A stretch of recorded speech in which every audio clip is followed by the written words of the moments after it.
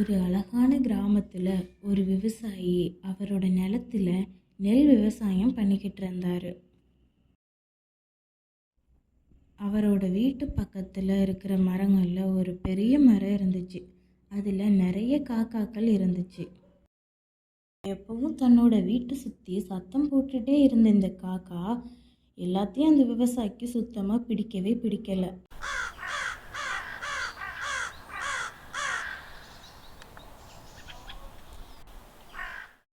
அட, என்ன இந்த காக்கா எப்ப பார்த்தாலும் நம்ம வீட்டை சுத்தியே சத்தம் போட்டுக்கிட்டே இருக்கு. ஷே.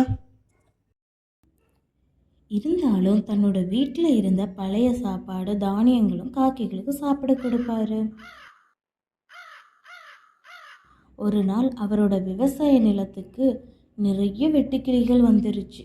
அதுங்க நிறைய தானியங்கள் மண்ணுமில்லா பயிர்களையே தின்னு திக்க ஆரம்பிச்சிருச்சு. அதை பார்த்த விவசாயி ரொம்ப வருத்தப்பட்டார்.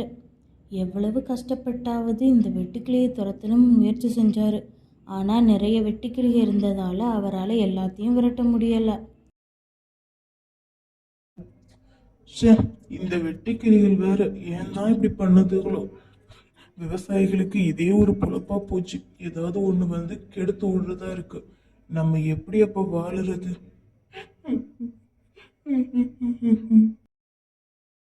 ரொம்ப வருத்தப்பட்ட விவசாயி ஒன்றுமே செய்ய முடியாமல் வருத்தத்தில் அங்கேயே உட்காந்து தன்னோட நெல் பயிர்களை வெட்டுக்கிளிகள் தின்னு நாசமாக்குறத பார்த்துக்கிட்டு இருந்தார்.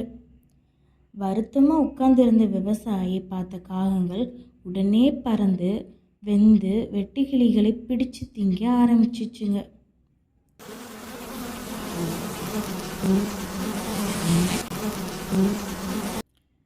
இதை பார்த்த விவசாயிக்கு ரொம்ப சந்தோஷம் வந்துருச்சு. கொஞ்சம் கொஞ்சமாக எல்லா வெட்டுக்கிளிகளையும் பிடிச்சு தின காகங்கள் எல்லாம் பார்த்த விவசாயி, அடடா, இத்தனை நாள் நமக்கு தொந்தரவுன்னு நினச்சிக்கிட்டு இருந்த காக்கா எல்லாம் தாம் கொடுத்த சின்ன உணவுக்காக இப்போ நமக்கு உதவி செஞ்சு நம்மளை காப்பாத்துச்சேன்னு ரொம்ப சந்தோஷப்பட்டாரு. இந்த காக்காகெல்லாம் நமக்கு ரொம்ப ஹெல்ப் பண்ணியிருக்கு. நம்ம இப்படி தப்பா நினைச்சிருக்க கூடாதுதான். தேங்க்ஸ் கடவுளே. அன்னையில இருந்து காக்காவோட சேர்ந்து தன்னோட வாழ்க்கையை வாழ ஆரம்பிச்சிட்டாரு.